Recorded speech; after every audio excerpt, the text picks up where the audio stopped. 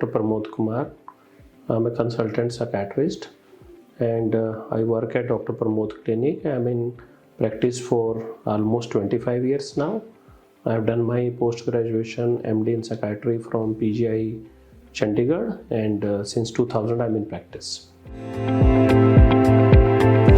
So today I'm going to discuss or talk about dementia. देखो dementia बड़ा common word हो गया, अगर हम सोचें आजकल इंग्लिश में बहुत लोग कॉमनली डिमेंशिया का यूज़ करते हैं इस वर्ड का। और डिमेंशिया का मतलब होता है कि ग्रेजुअली मेमोरी का लॉस होना। इसको डिमेंशिया की प्रॉब्लम पूरी दुनिया में देखी जाती है। पहले ये बीमारी जनरली ओल्ड एज के साथ में एसोसिएटेड होती थी, जिसको अल्जाइमर डिजीज़ भी कहते हैं, जो उम्र के हिसाब से मेमोरी का ग्रेजुअली फॉल होना। और जो भी पेशेंट होते हैं इस बीमारी के, वो नॉर्मली अपने फंक्शंस को भी लूज़ करते रहते हैं, जैसे बातचीत करना, अपनी थिंकिंग की इम्पेयरमेंट हो जाती है, उनकी एग्जीक्यूटिव फंक्शंस होते हैं जो उनको रूटीन लाइफ में करने होते हैं, बैंकिंग के काम है, डे टू डे लाइफ के काम है। और काफ़ी लोग इस प्रॉब्लम की वजह से डिसफंक्शनल हो जाते हैं, मतलब अपने काम नहीं कर पाते।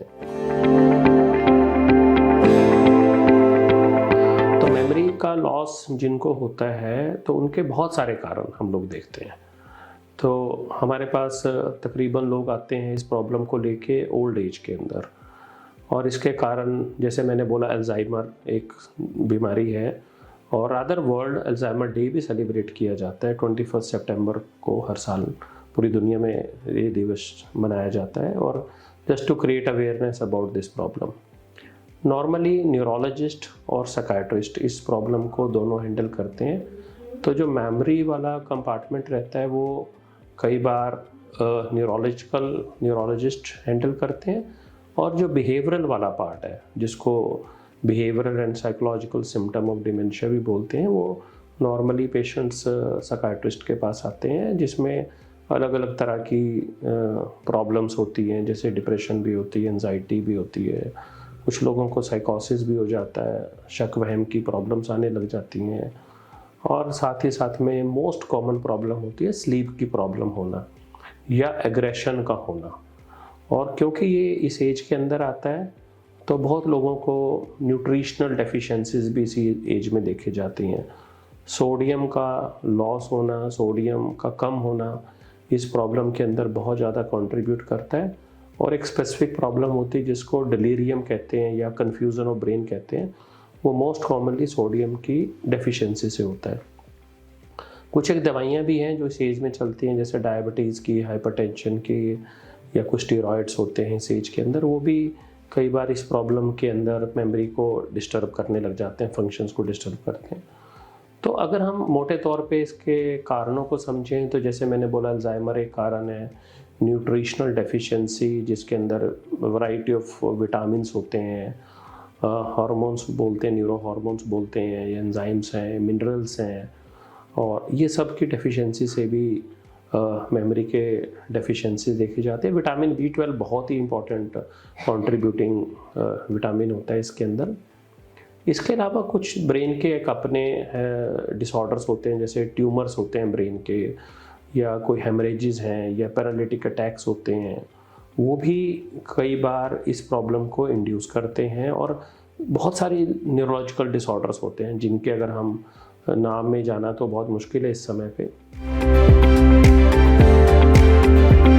बट एज ए साइकियाट्रिस्ट मेरा कंसर्न, और रादर मेरी जो क्लिनिक में बहुत सारे लोग आते हैं, वो मुझे बहुत ही इनफैक्ट एक न्यू ट्रेंड अगर हम देखते हैं वो देखते जा रहे हैं, यंग एज के अंदर एक मेमोरी का कम होना। यंग एज के अंदर मतलब age young age 30 year old, 40 year old, और जिसका एक सबसे बड़ा कंट्रीब्यूटिंग फैक्टर होता है स्मार्टफोन, जिसको डिजिटल डिमेंशिया भी बोला जाता है। तो बहुत लोग फ़ोन का इतना एक्सेस यूज़ करते हैं, रादर स्मार्टफोन और आर्टिफिशियल इंटेलिजेंस ने लोगों के अंदर मेमोरी को याद करने की आदत ही छोड़ दी है। लोगों को लगता ही नहीं हमें कुछ याद करने की ज़रूरत है, सब कुछ तो हमारा फ़ोन हमें बता ही रहा है, चाहे वो नाम है लोगों के, चाहे उनके फ़ोन नंबर्स हैं, चाहे उनकी लोकेशंस हैं।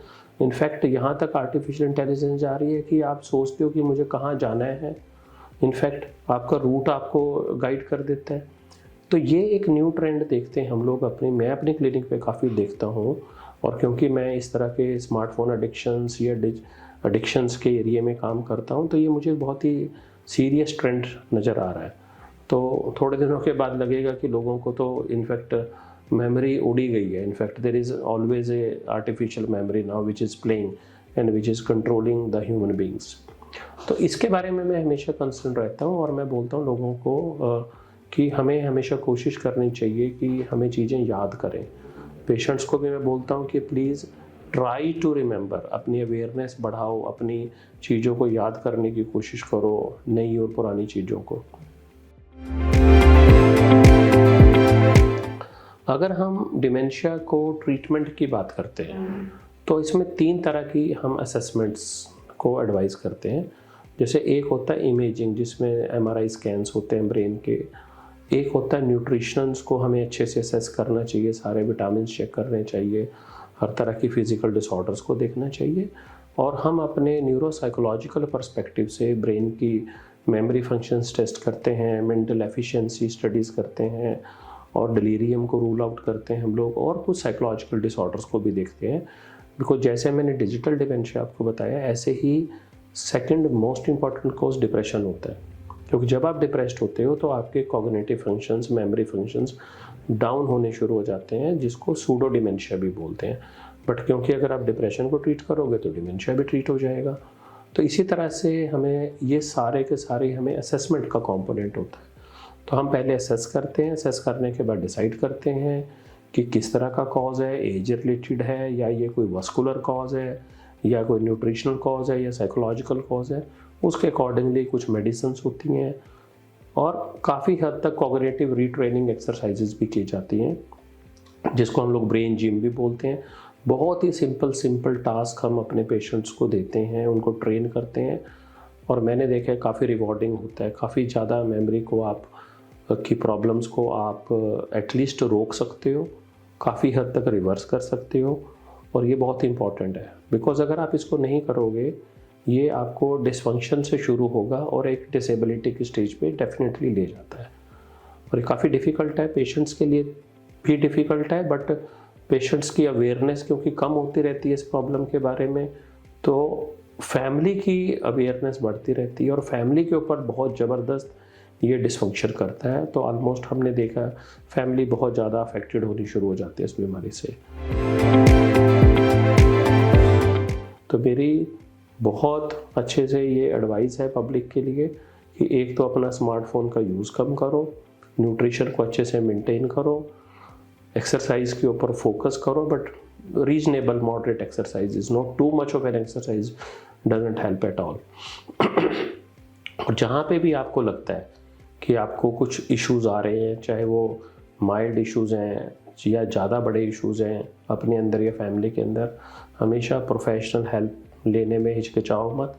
एज अर्ली एज पॉसिबल लो, और एक थोरो प्रोसीजर से निकलो, ताकि हम इसको रोक सकें और प्रिवेंट कर सकें। I don't want this world to be having people with dementia, ताकि किसी को एक दूसरे के बारे में इंट्रैक्शन करने का भी मौका ना मिले। ठीक है, so that is all about dementia, very brief perspective according to my self, and I wish the society to remain dementia free, which is difficult, but at least we must minimize it. Thank you very much.